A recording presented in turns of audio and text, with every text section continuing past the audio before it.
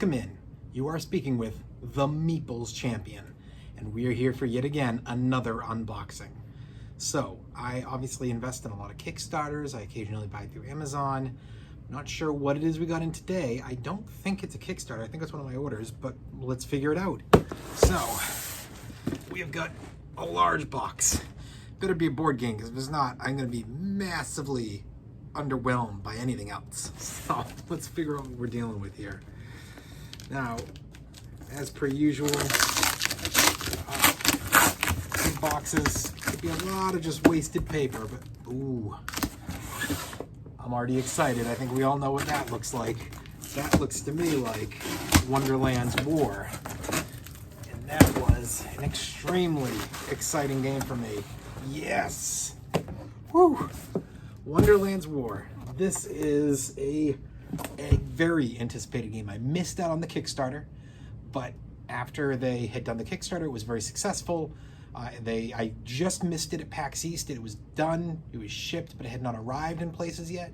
So I was unable to see it, and I'd missed the Kickstarter, but I've been paying attention, following people for Gen Con, for the PAX conventions, for online groups that had gotten a chance to play, and everybody said such good things that when I heard they were doing another small launch, I decided to jump in. Now, I did not get the deluxe or the crazy deluxe version. I got the extremely basic. There was no need to go crazy on this.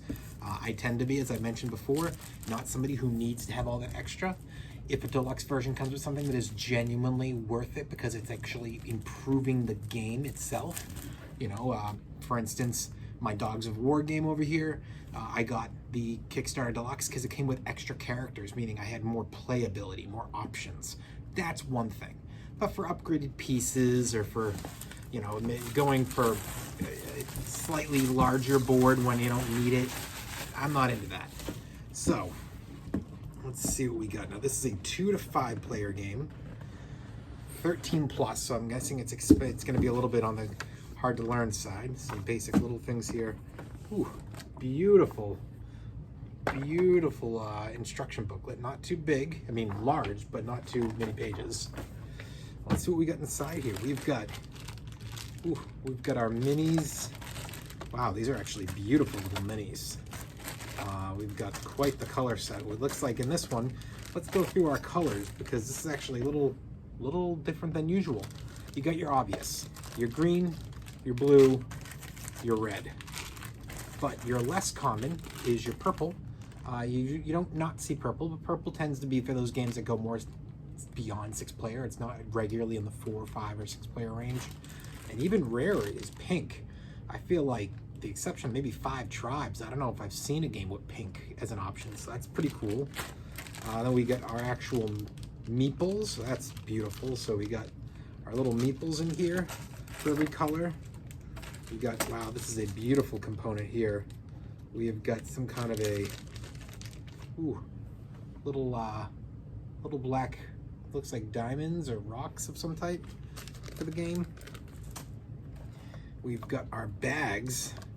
Look at these are great. This is a genuinely good bag. Now, I heard this game is consisting of collecting pieces that are going to go into the bag so as to then be able to activate later in the game your percentage chance of pulling things from a bag for battles or for victory points, something like that. I haven't watched a full playthrough of this. I've just watched explanations and heard people describe the game. We've got our cards, so it looks like we got some little decks, 1, 2, and 3. I'm assuming this must be difficulties or something like that. And then we got much bigger cards. Wow, quite a few different decks of bigger cards. And these are, well, we got 2 of them that look like they're an A and a C deck, and then 2 writing ones for quests. So some really nice cards here. I will say that the box art is amazing.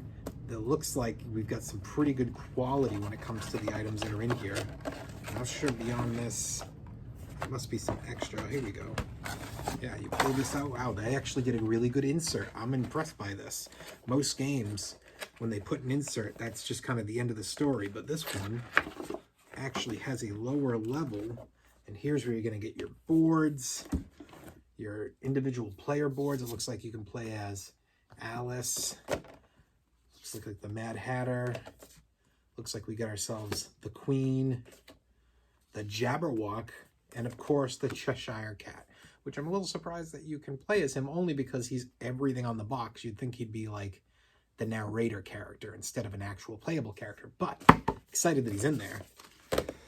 And then we've got, wow, we got this big explanation for waging war, end of battle, end of war phase, tea party, iconography. So that's really good. And again, unbelievable quality here. This is this is going to be a great game to review when we're all finished, because this game is coming with some really good stuff.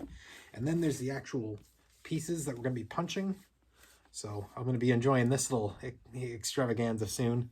It's pretty exciting. I'm pumped to get to play this game. I'm pumped that I got to open this up with you all here.